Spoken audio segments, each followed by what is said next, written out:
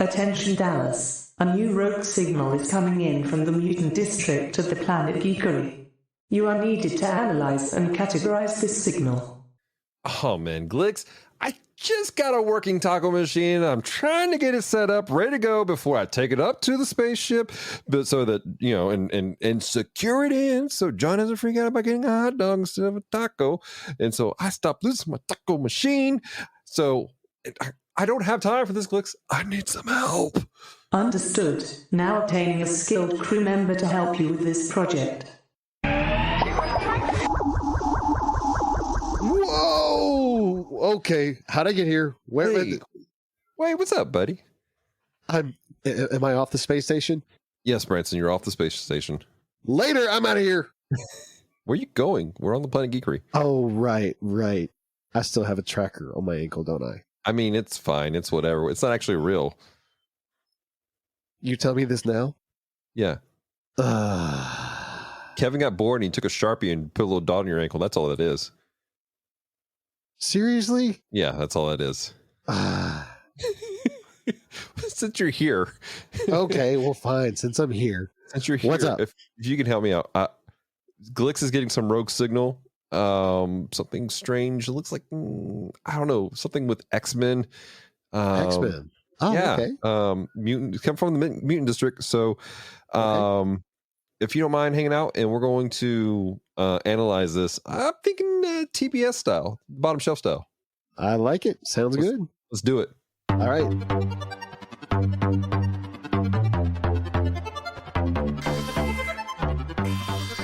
Glix, what is going on? We are receiving a signal from a new area on the planet Geekery. All right, let's see what the planet has for us today. Opening forms in 3, 2, 1.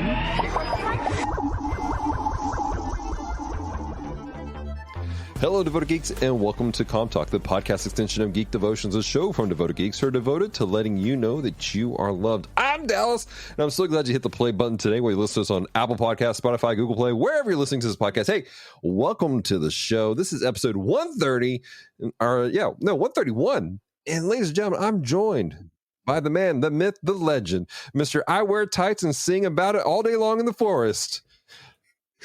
Branson. Some things you never live down. Listen, children, if you make bad decisions, they will haunt you for the rest of your life. Hey, you got the part in the play. Ladies and gentlemen, Branson's on board the ship with me today out here on the planet Geekery. And Branson, we have a job to do today, sir. Yes, we do. And we're going to be reviewing a short little show that is hard to find, apparently. It's in the Ethernet, and it is called Pryde of the X-Men. Yes. And so what Branson and I are going to do is we're going to review this. And in case you guys don't know, we have another show here through the Geek Devotions Network called The Bottom Shelf, and where we review terrible movies. And Branson and I are going to review this in that fashion. And then on the back end, we're going to talk about some other aspects of the show. I do want to point out that technically this doesn't qualify as a terrible movie. I really wanted it to so we could review it on the other show. But the Metacritic rating was too high. So we had to do it on Comm Talk. But that's okay. It happens. It's all right. It's a thing. So, all right. Well, let's jump into it. And so first thing off, we're looking at Pryde of the X-Men from 1989. Am I reading that right, Branson? Yes, 1989. 1989. Branson, you were like, what, 6, 5? I was 5. 5? Cool. Yes. I was 4. I think I was 4 at that point. And at this point... That's impossible because you're older than me. No, you're older than me. No, you're older than me. I promise you, you're older than me. What year were you born? 84. So was I. Oh. Your birthday's in August. You're older than me by like a month.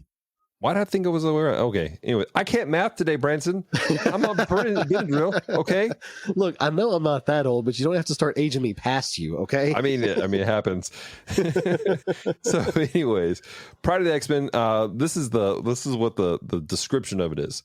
Just as Teenage Mutant Kitty Pryde is welcomed to the X-Men, a team of mutant heroes are called into battle to prevent Magneto and his Brotherhood of Evil Mutants from crashing a comet into the Earth. Oh. Dun, dun, dun. Okay, Branson. Yes, sir.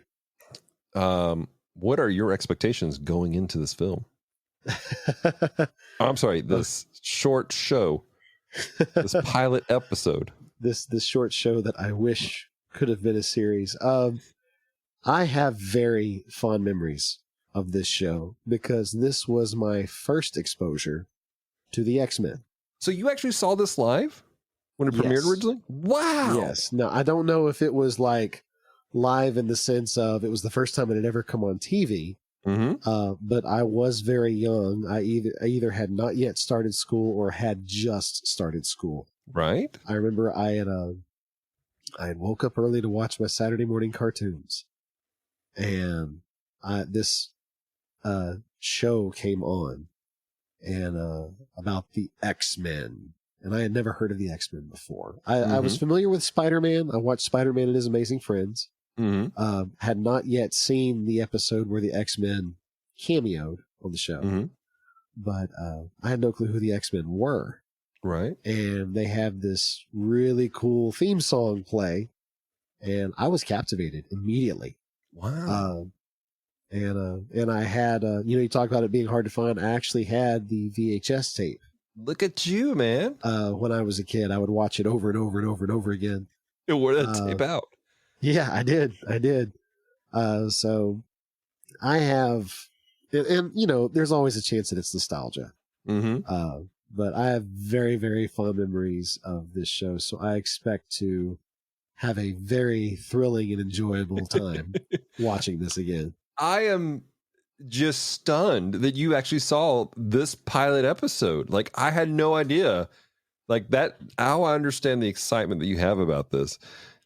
For me, I've never seen this before. I've heard it referenced. Yeah. I watch YouTube videos about nerd culture and geek culture, and people always bring up when they talk about X-Men, there was this series called Pride of the X-Men once that they tried to kick off and it failed miserably. And I was like, okay, it's the 80s, and I'm thinking about the time frame this is of several failed 80s cartoons. I'm looking at you, RoboCop. I'm looking at you, Toxic Avenger. I'm looking at you, Attack of the Killer Tomatoes. I used to watch all these things, man. Yeah, they were one season and done, out the door. I actually didn't know that RoboCop was a movie. I only knew it as a cartoon series. Yeah, like when I was a kid, I didn't know it was a movie. I had to get in high school to know that there was a RoboCop movie. I was the other way around, and to this day, I question, why did we make a cartoon out of this very R-rated movie? Because it had cop robots that could be turned into toys very easily. I question a lot of things from the 90s, or from the 80s. Anyways, moving forward. So, but going forward for me, my expectations were, all right, it might be okay. I don't think it was going to be terrible. But I didn't foresee it being, especially knowing that it was only a pilot. When with that context of this was only a pilot, I'm like, all right, this must not have been good. So that's where I'm going with this. So now before we go into the film, Branson, do you have any entertaining facts? This is normally John's part of the bottom shelf show. I've got a couple of little factoids here. It's interesting that you mentioned RoboCop the animated series, because the funding for the pilot came from the budget for RoboCop the animated series. Instead of making a 13th episode for the series, they reworked the funding to have Toei Animation produce the animation for the pilot. Right. So that kind of makes me want to go back and watch the RoboCop cartoon to compare the animation style. Right. And that also might explain why I saw the pilot, because I used to watch the RoboCop animated series. I used to wake up and watch it.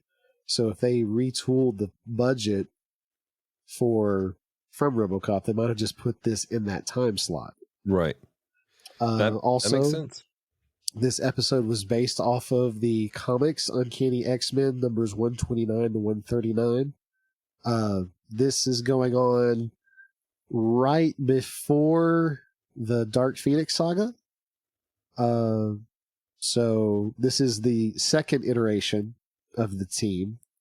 Cyclops is still there, but Iceman, Beast, and Angel have either taken a leave of absence. I don't remember plot-wise why they weren't there, but we get Wolverine, Nightcrawler, Colossus. Those guys are Storm. This is the first time that Storm shows up. They're if I recall, the entire team dismantled pretty heavily. This has to be after Giant Size issue, because Giant Size issue introduced all those characters, but they also introduced what was the Native American gentleman in the Thunderbird? Yeah, Thunderbird, and then was it Sunspot or Sunfire? Sunfire, the Japanese guy. Yeah, it had them in it. Yeah. So interesting. So fun fact: what we're going to do, I'm going to read these comics. Okay. And I'm going to do a review on that story arc as an addition to this podcast. So for those of you guys who want to check that out, check out geekdevotions.com. Normally Branson's the comic book guy.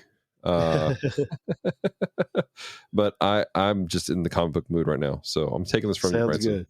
Good. Especially since you're editing this. yeah, I would appreciate it. Since I'm going to be editing the episode, I'll let you read the comics. Well, we're going to have a swapsies. Yeah. We're going to let me do the audio, and Dallas is going to read the comics. Yay! Oh my gosh, that's funny. Alrighty, let me see if there's any other little factoids about the show. Let's see. The video game, the X-Men arcade video game, was based off of this episode. Okay. Konami made it in 1992. I remember playing that video game. No kidding. Yes, I remember playing it in the arcade. At the time, I would always pick Wolverine because I thought, Wolverine's cool. He's the cool anti-hero. I want to be Wolverine. And then, did you actually say the words anti-hero as a 5-year-old? No, I'm retconning the conversation I had in my head. You're reading into the situation. Okay. Right. I was like, you had a vocabulary, man. Your dad rocked it out, man. Your dad's up there when you're like 3 years old. You're like, pneumatology. Dang, Bobby. No, but I remember I was playing Wolverine, and I think I chose Nightcrawler by accident. Either I had died and put more coins in and chose Nightcrawler by accident or something, but somehow I ended up picking Nightcrawler instead. And I used his super mega mutant ability because in the game, you had your basic attacks, but then you could use your charge up attack was to use your mutant power. Oh, cool. And Nightcrawler teleports across the entire screen. Like he zips across the screen and destroys everything. Oh, wow. And I was in awe to see that. And so I always played Nightcrawler after that. And I think that might have been Nightcrawler is one of my favorite X-Men, if not my favorite X-Men, period. That's fair. And that might have been one of the reasons why I like him so much is because of his ability in that game. Word. I'm trying to remember. So just outside of the show a little bit, Celeste and I just had an opportunity to appear on a show called The Rushmore Show. And the particular episode, we were rating our top X-Men, or our top Marvel characters. And I'm pretty sure I put Nightcrawler in my list as being one of my favorite ones. Yeah. If not, he was on my short list before the show started because there is something magical about him. Oh, yeah. Like, he's such a great character. So I respect the oh, man, Nightcrawler. Yeah. and especially the way that they do him. He has such a joyful heart. Like he's always so friendly and has so much of a reason not to be because he looks like a devil. Right. Like in his origin story, he was a circus act and he would be the devil of the morality play. Right. And so he has so much of a reason to be bitter and to be angry, but he's not. Yeah. And I love that about him. The one episode of the 92 X-Men series that Nightcrawler, not the only one, but the first one where they introduce him. Mm-hmm. He has a lot of conversations with Wolverine about faith. Yes. Because he's a monk in a monastery. And what I love about that episode is at the very end, throughout the whole episode, Wolverine's his usual brooding, life sucks and then you die, except for me because I don't die kind of thing. And at the very end of the episode, he's kneeling in a sanctuary, reading from Psalms and praying. Yeah. And it is painted in this positive light. It is a moment of peace and happiness for Wolverine. Right. As a result of Nightcrawler's conversation. And, being a Christian, we're always excited when Jesus is the good guy of the story, But that was a really cool moment for me as a kid to see my faith represented in a positive light in a superhero show. Absolutely. So, a lot of reasons to like Nightcrawler. Very cool. So, kind of stepping into Kevin. He's normally giving us some of the other details. So this was directed by Ray Lee. Mm-hmm. And now in animation world, that doesn't mean a lot to a lot of people. Unless you're just smack dab in the middle of animation. Ray Lee, though, Branson, this dude directed a lot of our childhood. Oh, really? He directed a series called Dino Riders, which was I remember Dino Riders. Yep. Wow. Yeah. He directed Muppet Babies. Of course. Yeah. Muppet Babies. Yeah. He directed RoboCop. Okay. Yeah. Jim. Oh, Jim. Wow. Okay. Which explains Dazzler being around. Right. Fraggle Rock. Down to Fraggle Rock. Oh, wow. This is my entire childhood. The Transformers. Oh, okay. Yeah. All right. Uh-huh. And G.I. Joe. Oh, wow. Okay. Ray Lee, that's his name? Ray Lee. And I'll show that I honestly was a fever dream for me. I tried to explain this movie to our show to people. Nobody believed me. Yeah. Defenders of the Earth. Defenders of the Earth.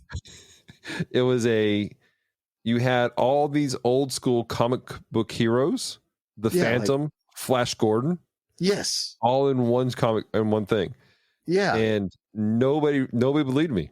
This was a thing. So he did it. And then the art was done by several people. One was a guy named Rick Hoberg, who worked on RoboCop and Defenders of the Earth and Wildcats. Wildcats. Yep. Okay, that makes so much sense. You have Larry Houston, who worked on RoboCop also, but also worked on Captain Planet. Oh, nice. The 1990s X-Men. Okay, yeah. And the 1990s Fantastic Four cartoon. Oh, the one with the really cool theme song? Yeah, yeah. The wonderfully 90s theme song that I still 90s. sing sometimes. And then another artist that's a credit to this is a guy named Will Minoy. And if you're listening, first off, thank you for listening. And second off, I apologize for butchering your name. But he worked on Spider-Man Unlimited. Oh, wow. I love that series. X-Men Evolution. That's another good one. The Incredible Hulk cartoon. Oh, wow. Silver Surfer cartoon. Oh, my underrated. gosh. Yes, yes. And several others, but one that I think you might like. I don't know. You may not care about this whatsoever. Zorro. The Zorro cartoon? Yes. Oh my gosh, I haven't thought about that in years. Ladies and gentlemen, Branson's brain just exploded. Okay, so I think I understand why I liked this show so much when I was a kid, because it was the precursor to everything. Everything, apparently. All right. Oh my gosh. So some just interesting facts about what's going on here. There's a lot going into this. So we're going to go into the viewing room. We don't have the big spacious one that we have up on the spaceship, Branson. Oh, okay. So we're going to have to do this one here. Okay. But let's roll in here. And I think there's a cereal dispenser over here. So let's grab ourselves a bowl of cereal and enjoy this Saturday morning cartoon from your childhood. It'll be a nice change from the taco hot dog sandwich whatever it is we have up there right now. That's about to get jettisoned. I have a good one here. Okay, good deal. Let's go. No place to hide. No place to run. No place to run. Mutant Age has now begun. X-Men, X-Men, it's the day, Comes returning to normal stasis in 3, 2, 1. All right. Ladies and gentlemen, Branson and I have just stepped out of our childhood. X-Men, X-Men. That was all right. We're gonna get into it. So first section is the spoiler-free section, and so where we kind of talk about just general things about the show that we thought we liked, maybe some things we didn't care for. I want to start off though, Branson, with something.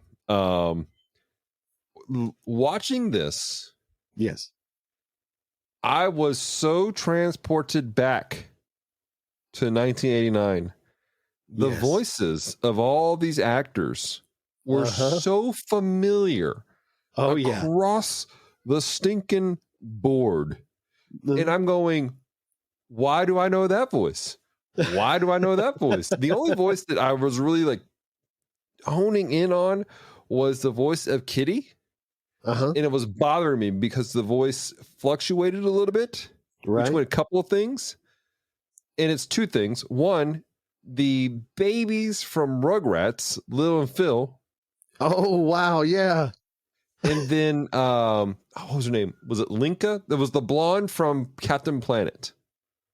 Oh, yes, you're right. The Russian girl who had water. Yeah, yeah. So that's the voice actress.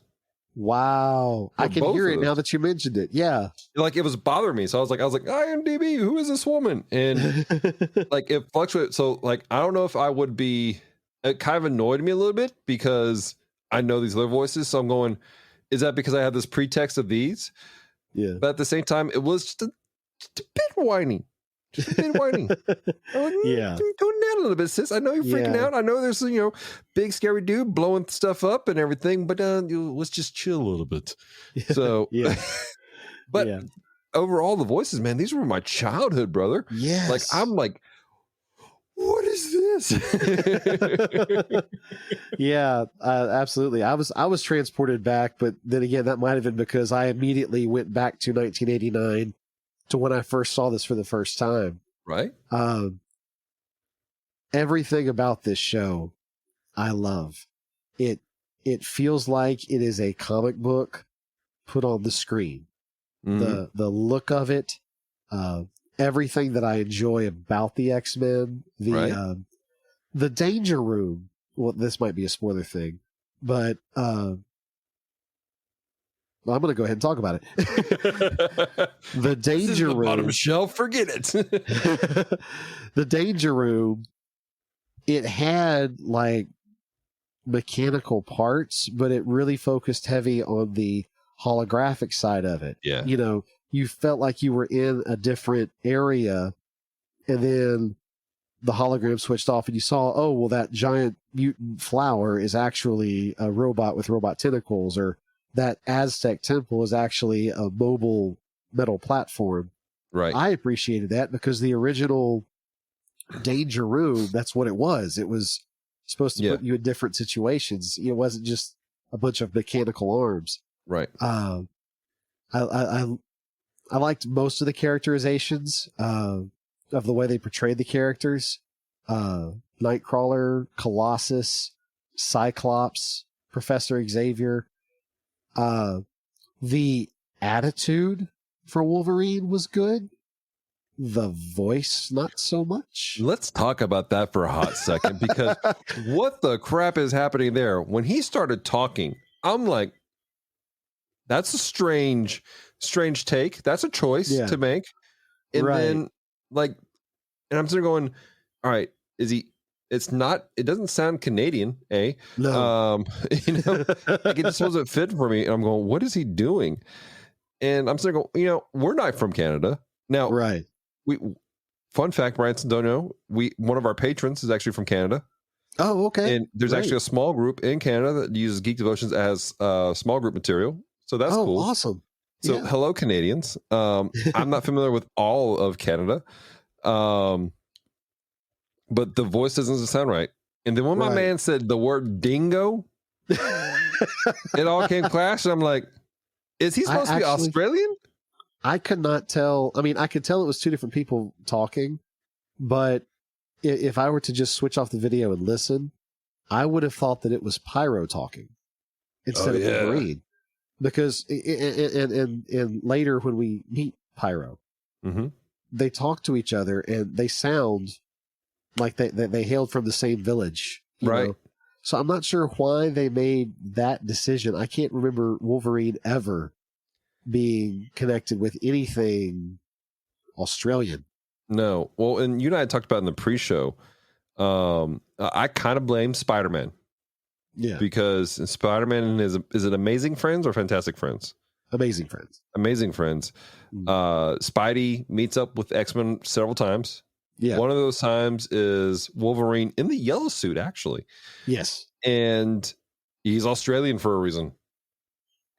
And I don't know why. I don't know. And either. this was kind of a spin-off of that show. Yeah. So like, let's just continue with him being Australian. I guess. Now that I think about it, it's the same team members. Because in that episode that you're talking about, there was Wolverine, Nightcrawler, Storm. I can't remember if Colossus was in there or not. I'll have to go back and watch it now. It's been too long. But yeah, that was really but again, this was my first exposure to X-Men. So at the time, I thought that was Wolverine's character. Well, let me ask you this then. With that being the case, when you watched the 90s X-Men, were you thrown off by his voice? No, because it was a different cast all the way around. You know, like they gave in the 92 X-Men, they gave Storm a very proper sound. Like she embraced that whole African goddess type vibe. In the 89 Pryde of the X-Men, she sounds like just a regular person. I think she was a little bit more proper than just a regular person. She carried herself with a sense of authority, not to the degree of the 90s. Yeah. Like the 90s, like she was regal. Like, like she couldn't do anything without making it a poem. You know, it's like I summon the rage of lightning. It's like, hey, we're making mac and cheese. Can you not? And so, but this one, she wasn't that, right? But there was a authority that she carried in her voice. Oh yeah, absolutely. She flat out put Wolverine in her place. Oh my gosh, you know. Now was this during the time frame in the comics where Storm led the X-Men? I'm having a hard time placing that. I don't think so. I think she became a field commander later. If this is based off of the comics that I'm thinking of, she was relatively new to the team. Okay. When did she get the Mohawk? That would have been... I'll Google it. You keep talking. Okay. She had the Mohawk. She had the Mohawk during Secret Wars, which would have been mid-80s. So in Uncanny X-Men 173, October 1983, Claremont and artist Paul Smith created a new look for Storm, abandoning her old costume for black leather top and pants, and changing her former veil of white into a punk mohawk. Yeah. Okay, so that was early 80s then. Yeah. Because she led the X-Men during that time frame. Yes. When she had the mohawk, she was the leader. Because I remember that being a thing in Secret Wars. When she first came on, Xavier kind of had to talk her into joining the team. Because she was sitting up on her African throne, and Xavier had to kind of convince her, hey, we need your help. Yeah. If I remember correctly. It's been a little while since I've read those comics. I get that. But cool. Yeah. So what other spoiler-free things can we talk about? Because there's so much to talk about. Surprisingly, for just 20 minutes. Yeah, I know. And I'm trying to sort through what I can talk about just in general. Let's talk about the art. Okay, yes, the artwork. I wish all of my cartoons as a child were animated that well. This is one of the reasons why I feel like it was a comic book come to life. The muscle tone, the attention to lighting, the scene where Magneto is trapped in that force field and the general is sitting there talking to him, and you see the glare from the energy. You can't even see his face because there's a glare, but his face is heavily shadowed. I mean, when the mutants use their powers, it just, everything was flashes of light and sparks, and so well done. Well done. I think I can understand why the company maybe decided not to keep going with it, because they may not have been able to afford anything outside of that one episode. I was thinking about while you were talking, and that was one of the things that the 90s X-Men dealt with. First couple seasons, man, they were on point, and then towards the end of the franchise, of the series, the art degraded because it doesn't have the money to throw into it anymore. Right. They put in a lot into this. It was visually beautiful. Yes. And reminded me of G.I. Joe and several other things. I'm with you, though. I think the further along this went, it would have degraded. Because it was just so good, man. It was, and I think that might have made it not sustainable. Because just everything about it. I wish I could draw as well as this cartoon looked. I mean, right? Because, like I said, this was my first exposure to the X-Men. So whenever I think of the X-Men, that's the outfit I see. Or at least before the '92 X-Men came along. Right. I didn't know that was Wolverine's second costume. I didn't know that his yellow outfit was actually his first one. Wow. Like, I thought they made the yellow outfit for the 92 show, again, because Pryde of the X-Men was my first exposure. Yeah. So just everything about this show, I just absolutely... Like, there were moments in the 92 show that I would get excited about because of this show. When they introduced Colossus for the first time. Yeah. I got excited. When they introduced Nightcrawler for the first time, I got excited. I love it. This is like a core thing for you, man. It is. This is a cornerstone. The way they did Magneto, to me, that is the most menacing he's ever looked, because, as much as I love the movies, one thing they've done is they've kind of turned Magneto into this frail guy because he's a Holocaust survivor. But in this animation, Magneto looked ripped. Like, he looked like if you took out his magnetic powers and got in an actual fight with him, he could still go toe to toe with you. To be fair, though, Branson, with Magneto being the character he was, you're only look at him being maybe 50. Yeah, that's true. Because this was made in '89. Yeah, in the movies that you and I are thinking of, he was pushing 70, 80. Yeah. Okay, that makes sense. Yeah. But now the cartoons, the 90s cartoon, though, he was ripped, and there was something that's something interesting to talk about. Again, I spent a lot of time trying not to judge it by the 90s. I wanted to stand on its own, but it was hard to do that at times, because I'm going, I'm going, that's not Xavier's voice. That's definitely not Wolverine's voice. Yeah. But your point about Magneto did seem a little bit more menacing and more terrifying, whereas in the 90s he seems more the menacing educator, if you will. Yeah, right. Yeah, and I think part of that was, and again, this might be getting a little bit into spoilers, the pacing of the plot. Going back and watching it with a critical eye, and not the starry-eyed kid who likes superheroes. I'm now a starry-eyed adult who likes superheroes, but I can think rationally about, things like plot and things like that. The plot did feel a little bit rushed. Like I saw elements of it that I'm thinking that was an entire episode in 92. Right. And they spent like 6 minutes. Yeah. On the If pilot, that. Yeah. Well, so I bring that up, Branson. Yeah. Let's go ahead and switch to the spoiler mode. Oh, thank you. So you can breathe. For those of you listening, Branson is like on edge, shaking because he's so excited about this. So, ladies and gentlemen, we're playing the spoiler bumper from the bottom shelf now. Ladies and gentlemen, the spoiler section.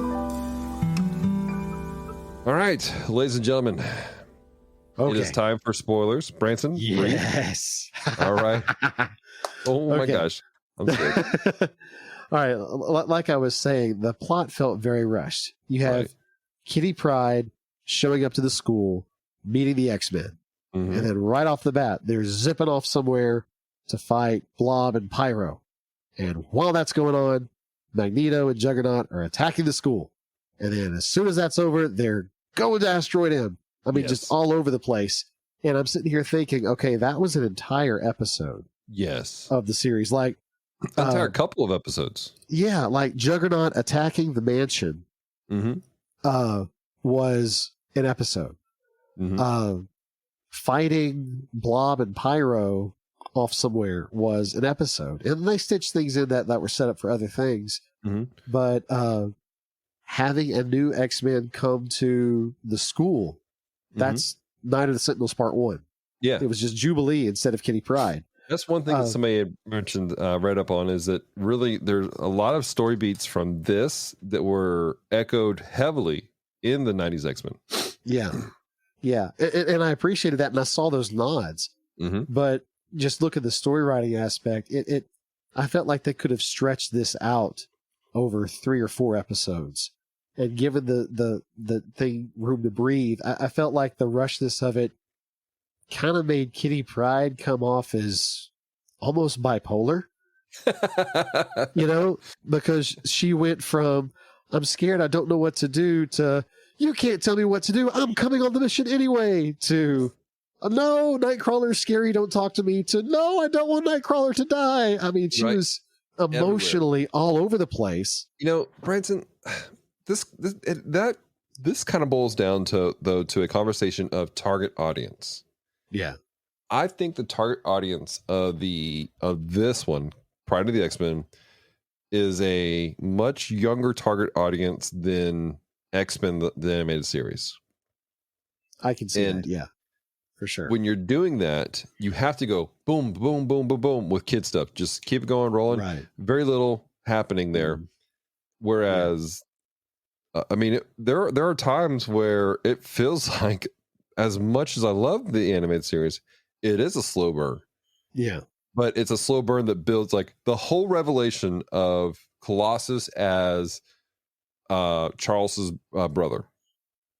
That is a Juggernaut. Yeah, Juggernaut. Sorry, Juggernaut as Charles's brother is a huge revelation. I've had the joy of watching Celeste watch the series for the first time over the last several months. Oh yeah, cool. First time she's ever watched it. Yeah. We get to that episode. She had no idea. Oh, wow. And she goes, what? I was like, yeah. Yeah. Even better, when she found out that Nightcrawler was partially raised by Mystique. Oh, wow. She didn't know that beforehand? And so was Rogue. Yeah. She didn't know that beforehand? Or that Rogue basically comatose Miss Marvel. Wow.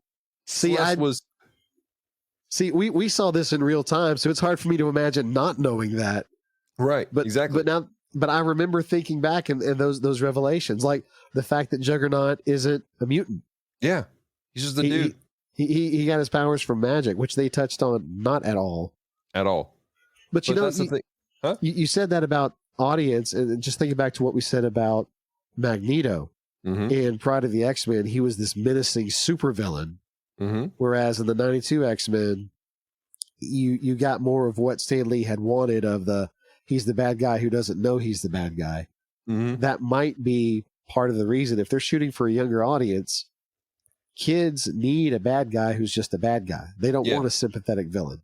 Right. But if X-Men 92, another thing, you said a few of the people who worked on Pryde of the X-Men worked on X-Men 92. I wonder if they were thinking, okay, the kids we were trying to catch in 89, they are this age now.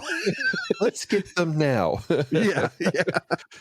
I wonder if that was part of the thought process. But I can definitely see what you're saying about the writing, because there was nothing redeemable about Magneto.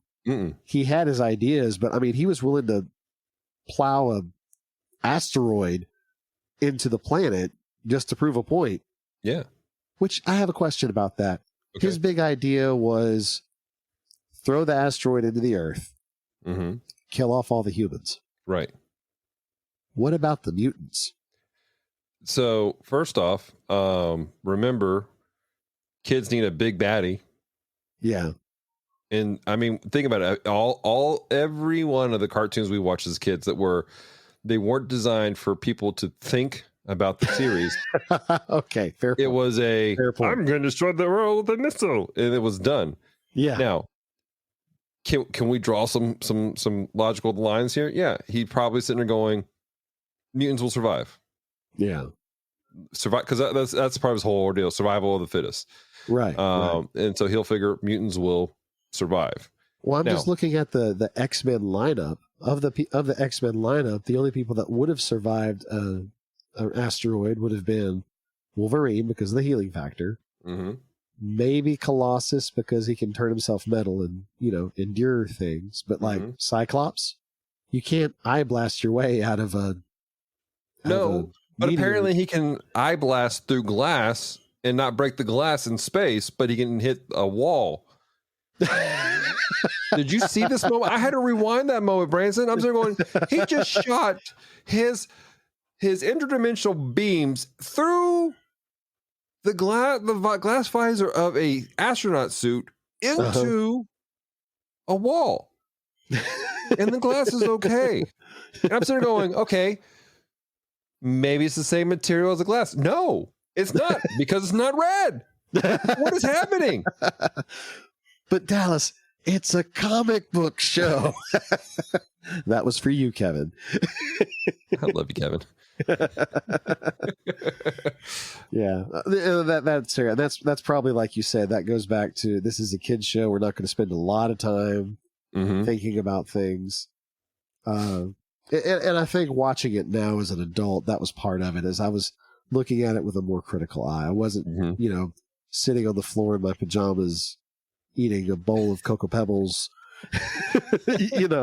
Right. Maybe I would have had a different viewing experience if I had. Maybe. So I had something that irked me, and that was the sound effects of Nightcrawler's bamfing. Oh yeah, when he bamfed, it was like this magic princess sparkle sound effect that was going on. It was like doo-doo-doo. And you're like, what is this? Like, he's bamfing. That's 80s, dude.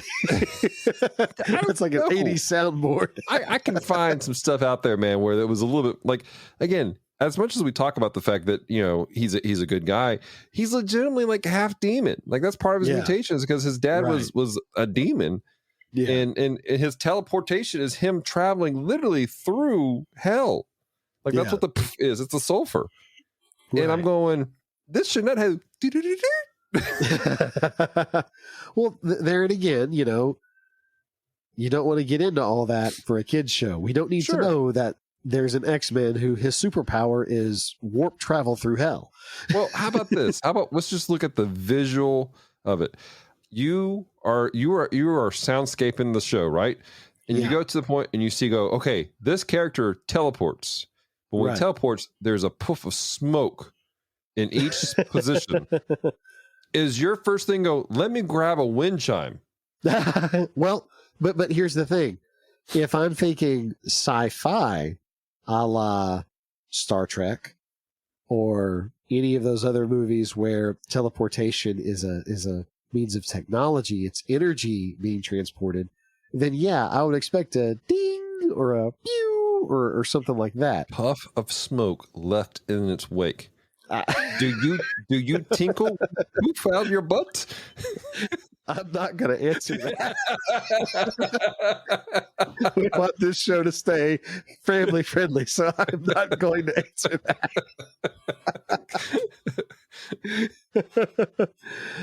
No, I see what you're saying, especially with modern iterations of Nightcrawler where they do have the BAMF, the smoke. So I get that. Out of everything, that was the only thing that really bothered me as far as the soundscape of the show. Yeah. Everything else felt good.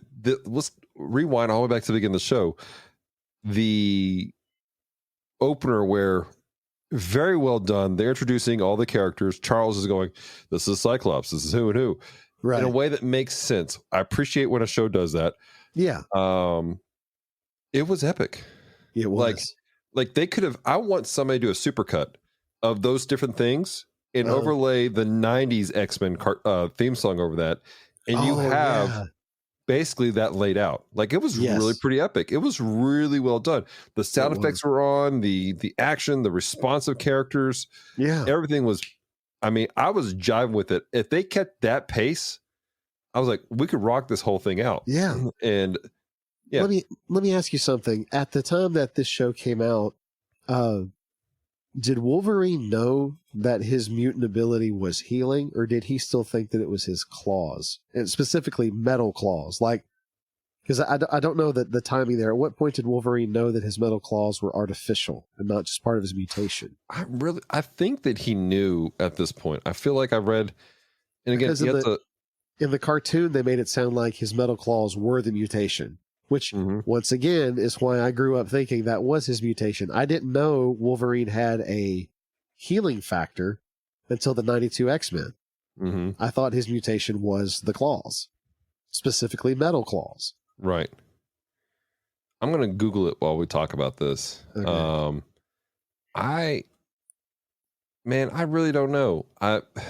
Again, because the way I read comics as a kid was at my local library. Shout out to Ash Grove library system, because Ash Grove, Missouri, because they had comic books and they had Giant Size X-Men #1, and so I grabbed a lot of different things at different time frames.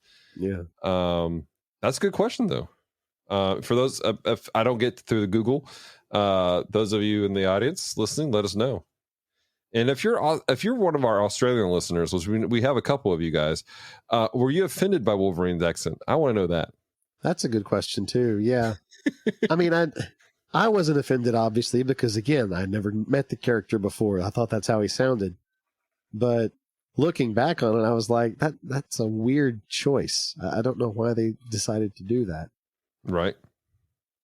And another thing that irked me was, how many times were we going to use the old Kitty can phase through solid matter? Oops, she bumped into a computer console. I mean, that happened a couple of times. Right. And I'm like, okay, at some point, somebody's got to say, hey, Kitty, stand right here. Stand next to the water cooler. Right. Don't stand next to the computer. Because, that happens in the Danger Room. She puts the Danger Room on the fritz. Mm-hmm. And then when Magneto and Juggernaut attack, she does it again. And it's odd. Any word on the Wolverine thing? I'm still looking through the Wolverine thing. I know that at first, originally his claws weren't supposed to be his mutant power at all.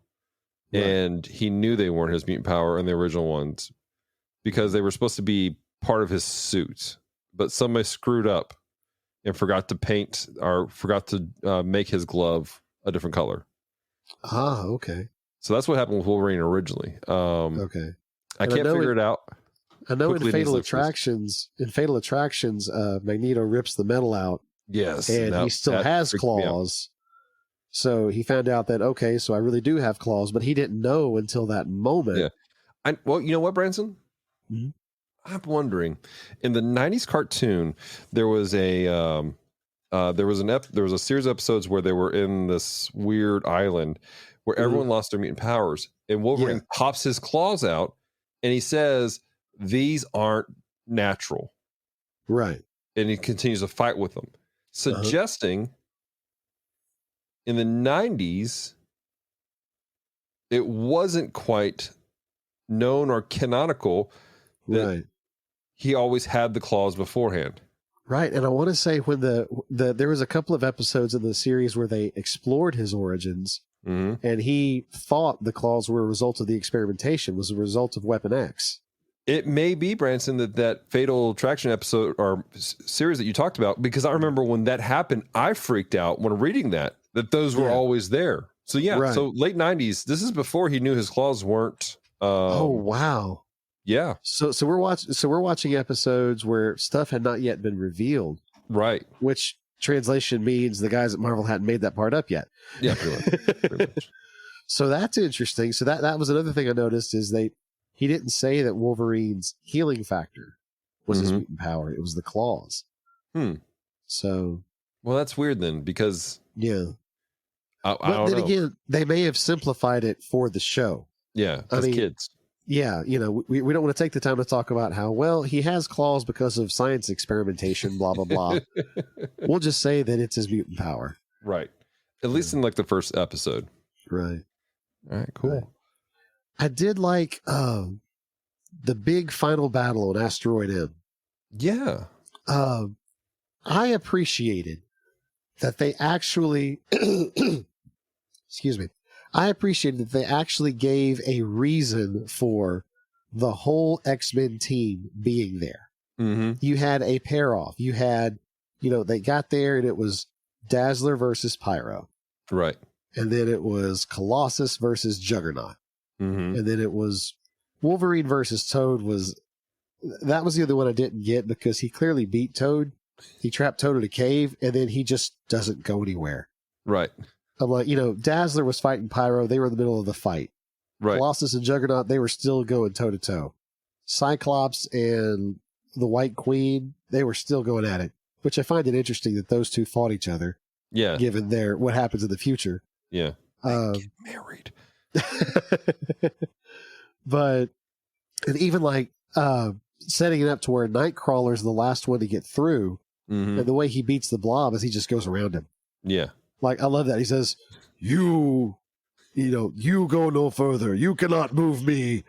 And Nightcrawler's like, and I would not dream of trying. Will you? Did you think they made him a little creepy when he first met Kitty? The way he decided to meet Kitty, I don't blame her for being creeped out by the dude. I'm like, creeper, no creeping, get off me. Yeah, okay.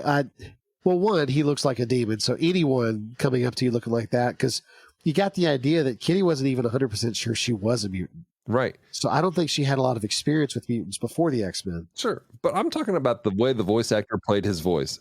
His voice sounded like he had a van that said free candy. Yeah. Well, he was trying to do the whole German accent thing.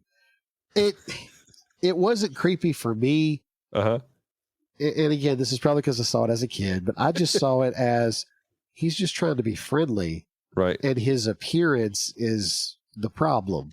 Now later, his voice was better. The way that he talked, I don't know if it was just the bip jumping after it with that first bit, but at first I was like, oof, that was rough. I mean, when he's using his body to complete the circuit. Yeah. And oh man. And he tells Kitty to run. I'm like, oof. Yet again, probably another reason why Nightcrawler's my favorite. That you've got to get everyone off the station now. I'm like, right? Nightcrawler. that is one thing though that I didn't understand. If he can teleport off the asteroid into deep space, and then he starts to fall into the atmosphere, why can he not? And obviously he did. He teleported from space onto the shuttle. Why did it take him waiting until the grappling arms were coming out to think, hey, I know. Well, canonically, he can only teleport so far. Oh, okay. There's a distance. He can only teleport A, to places he's seen. B, there is a distance of how far he can teleport through. So how did he teleport off of Asteroid M all the way to close enough to Earth that he started to fall into the atmosphere. Like, he had to be close enough to Earth that Earth's gravity was pulling him in. He looked out the window and he says, look, that's the space. Okay, so why didn't he look back and say, hey, look, there's the blackbird? Because moving objects.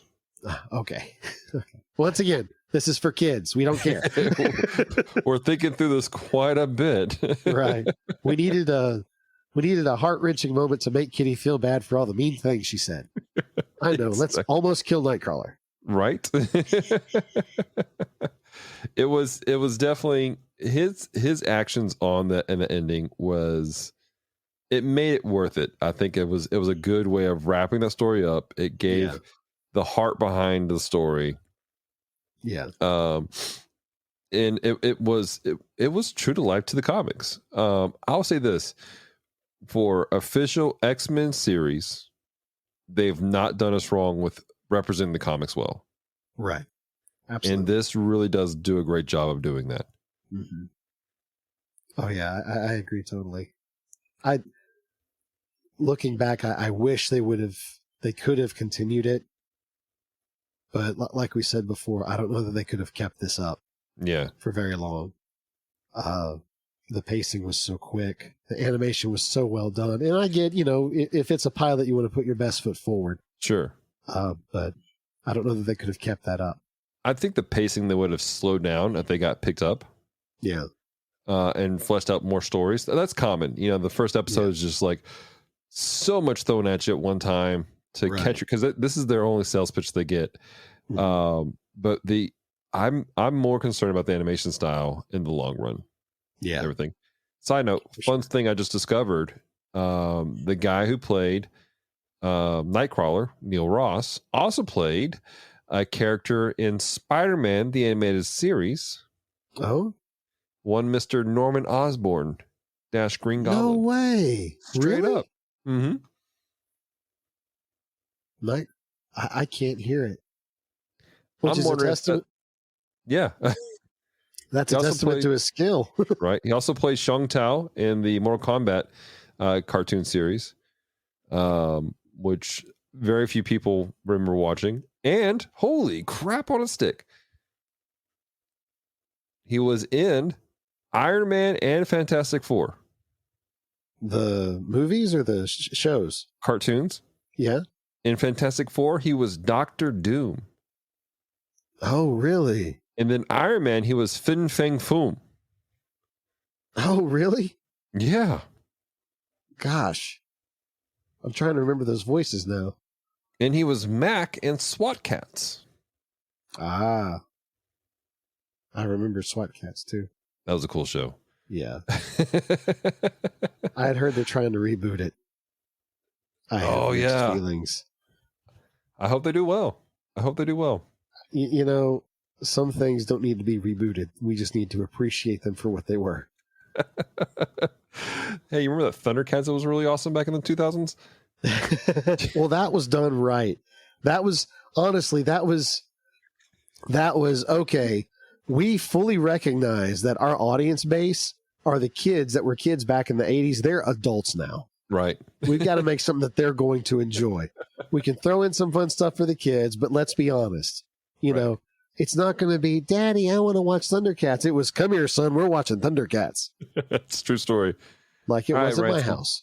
Let's give our final rating for this cartoon pilot. This failed cartoon pilot. Branson Boykin, we're going to do this. We're using the bottom shelf ratings, right? Yes. So for those of you who are unfamiliar with the bottom shelf, which we do encourage you guys to go check out, we have a lot of fun. Conversations very similar to this.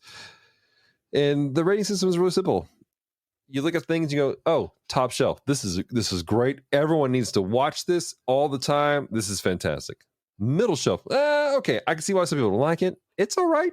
It's cool. I like it. I might pop it in every so often, but whatever. Bottom shelf go, oh yeah, this is not good. I'm still going to have it because, I either have money to burn or there's some sort of nostalgic reasons, but bottom shelf, it's not a good movie. And then there's dumpster fire where things go to die. So, Branson, what are we putting this at? going back, watching this, everything from the music to the animation style to the voice characterizations to it just brought me back. I felt like I was 5 years old again. If it is nostalgia, then I am blinded by nostalgia because I loved watching it. I loved comparing it to the 92 series and seeing the things that carried over. Mm-hmm. It scratched an itch that nothing else, not even the X-Men movies, nothing else can scratch. I got to put this on top shelf. Wow. If you want to know what an X-Men show should look like, should do, Pryde of the X-Men is where to go. Now I need to ask you with that statement. Yeah. With that statement, Branson Boykin. Yes. Are you putting Pryde of the X-Men above X-Men 92? The animated series. Because your words are, this is what it should look like. I'm going to say yes because, okay. As we pointed out earlier, a lot of what happened in X-Men 92, they took from Pryde of X-Men. There's only so much you can take from a 20-minute show, Branson, and there were 5 seasons. But well, obviously they didn't take everything. But they did, some of the plot points, right? The animation style. I would argue you could not have had X-Men 92 without Pryde of the X-Men. Mm-hmm. The reason X-Men 92 was possible is because they had Pryde of the X-Men to go off of.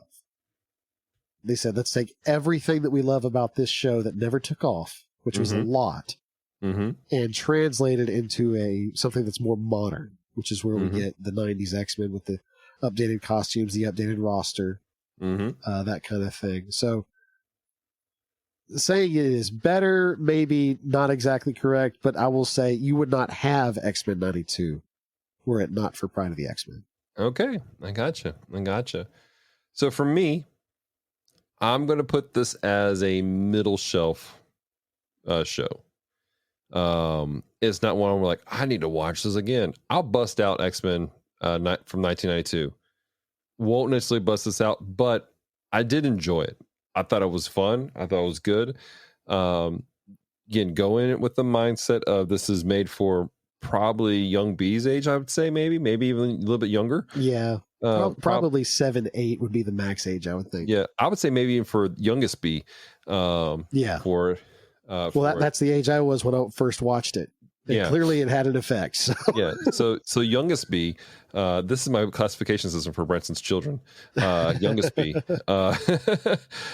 People are like, "Who are you talking about?" Those boys. Yep. So proud of those boys.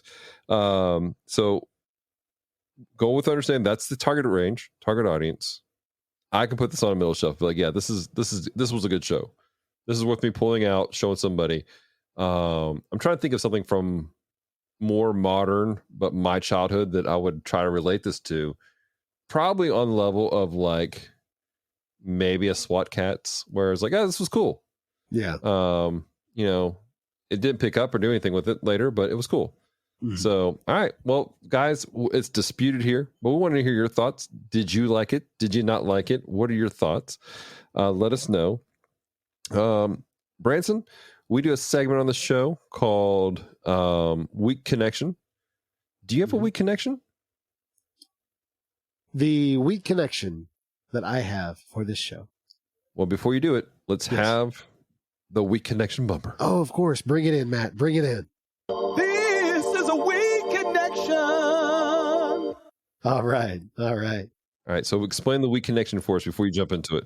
All right. A weak connection on the bottom shelf is where we try to find something redeemable about the terrible movie that we have just watched. Something that we can relate to our relationship with Christ, our walk, our journey to be more Christ-like, our relationship with God.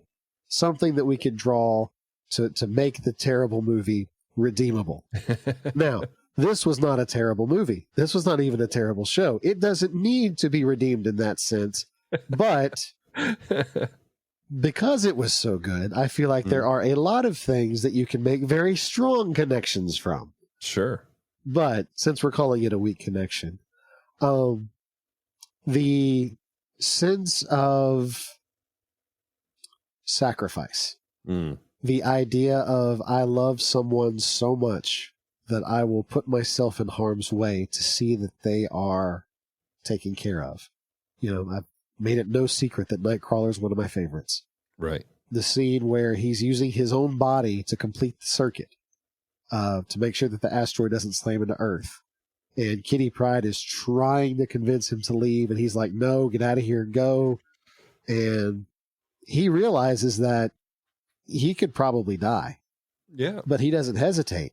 He doesn't even question. I'm doing this because I want to make sure. And the thing is, it's not just he's saving the X-Men. He's saving an entire planet of people, roughly half of which hate and despise him. Yeah. Because he's a mutant. Some of them hate and despise him, not because he's a mutant, but just because of the way he looks. But when it comes time to do what needs to be done, he doesn't hesitate. Boom, I'm there. I've got it. Yeah. That kind of selflessness, I think, is exactly the kind of life, one, that Jesus modeled for us, and that he selflessly died on the cross for our sins, even when we did not deserve it. But also, as his followers, as his disciples, we're supposed to model that. Love your neighbor as you would love yourself. John 15:13 says, greater love hath no man than this, than he that would lay down his life for his friends. And Nightcrawler did that and then some, because he laid down his life not just for his friends, but for an entire planet. Now, thankfully, we got the happy ending that he didn't die, because, the sparkly teleportation. He tinkled when he poofed. Right. But just that whole concept of I give of myself to provide for others. I give of myself to make sure that other people have what they need, that other people are able to live, I think is a perfect picture of what it means to follow Christ. Totally. And so Nightcrawler is my weak connection for Pryde. That's awesome. X-Men. That's a good one. I like that a lot. And it's a great example of that. And the kind of verse comes to mind with that one is the whole, like, my brain just stopped functioning because it's 11 o'clock at night when we're recording this. But talking about, for a good man, somebody would die. Right. For a friend. But Christ died for the world. Right. And, it was a matter of looking at everyone. And while we cannot die for the world, we cannot make that sacrifice for them the way Christ did. It is an example to us of going, it doesn't matter what you do, who you are. I'm going to do my best to be loving and caring towards you. And so that's kind of where your devotion kind of made me go through. Yeah. My weak connection is actually less about the show, if it's content, but what it is. As we've said, and we've said this several times on the bottom shelf, even there's a lot of shows that we're like, man, these are the building blocks for something later. They were a memorial stone for something that came later, where people are like, hey, look at this. And I'm reminded of when the people of Israel first crossed the river, and they were commanded to take rocks from the river and make a monument. And it was to forever be a place to go, this is where we came from. They were commanded to take their sons to the rocks and go, you see this pile here? We collected these 12 stones from the middle of the river, and it's a monument to show us where God has taken us from. Not for us to live in that moment and go, this is the best it could ever be, but to go, look what God has done, and look how much more he can do in our life as a reminder. And this show really was that for I would say, for these animators. Look how great this was. Let's make something better. And we had X-Men. And there's a lot that built on it. You yourself, man, you're looking at this like, man, this is so great. And even in our conversation, you discovered some of the impact this show has had on you. Not that you live in this moment, but it's created some great things that you continue on.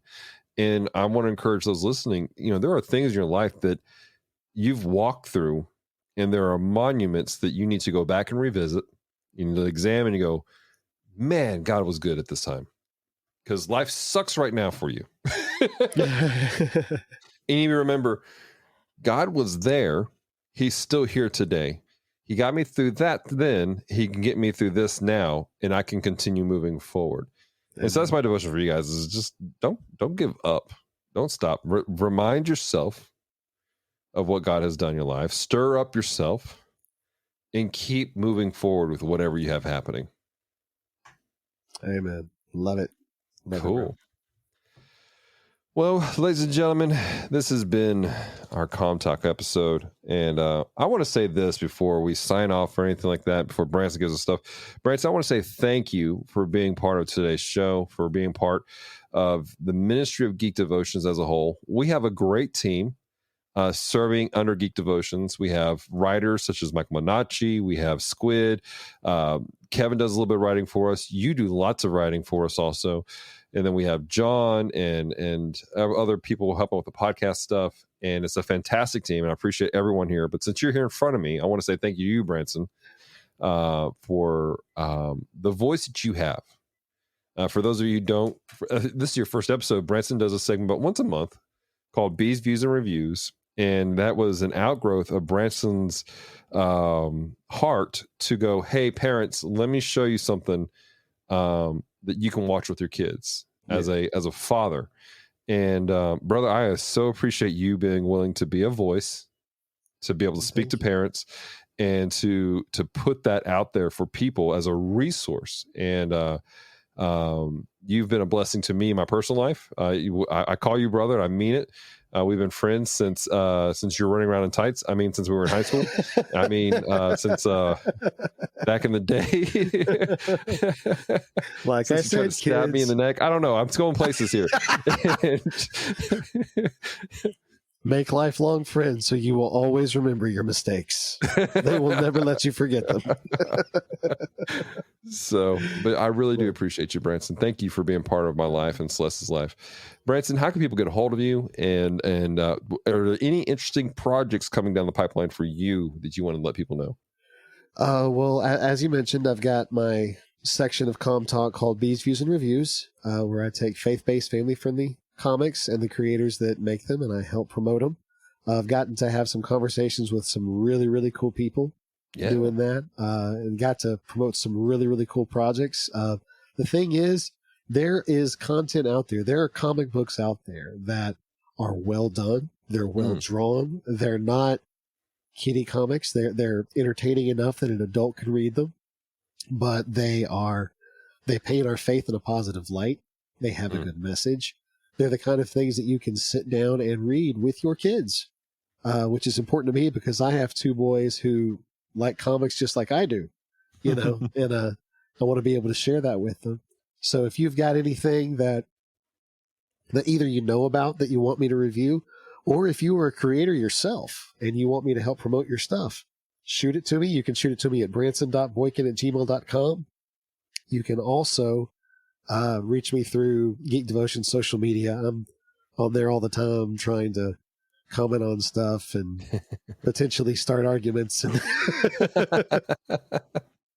But you can reach me there.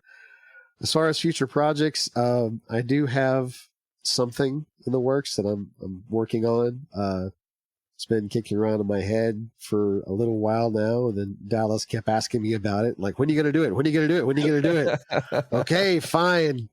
I'm actually working on a fiction story that will be kind of like those audiobooks you buy in the bookstore where you got a guy that reads the book. It'll be something along those lines, but it's in the works. So hopefully God will bless it, and we'll see where it goes. Heck yeah, man. I'm excited to hear it. So awesome. Well, guys, make sure you check out Branson, follow his stuff. Again, if you are a creator, reach out to Branson. We love to look at stuff. We will be honest. we will be true. We're not going to be rude about things, but we'll be honest about reviews that we do. But Branson, I appreciate you being here and doing all this stuff. Thanks for having me, bro. For those of you listening, hey, thank you for listening to Comm Talk. I hope you guys enjoy this episode. Hope it's encouraged you, it's challenged you. Maybe you want to go check out Pryde of the X-Men. It's found on different places. You can find it on YouTube. Interesting enough, with a weird promo of go out and register to vote. I saw that.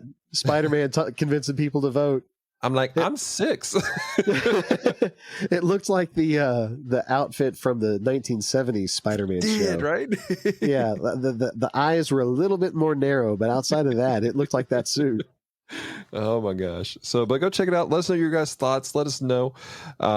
Hey, check our website, geekdevotions.com. Follow us on all social media platforms, Facebook, Instagram, and Twitter. Just look for Geek Devotions. We try really hard to make it easy for you guys.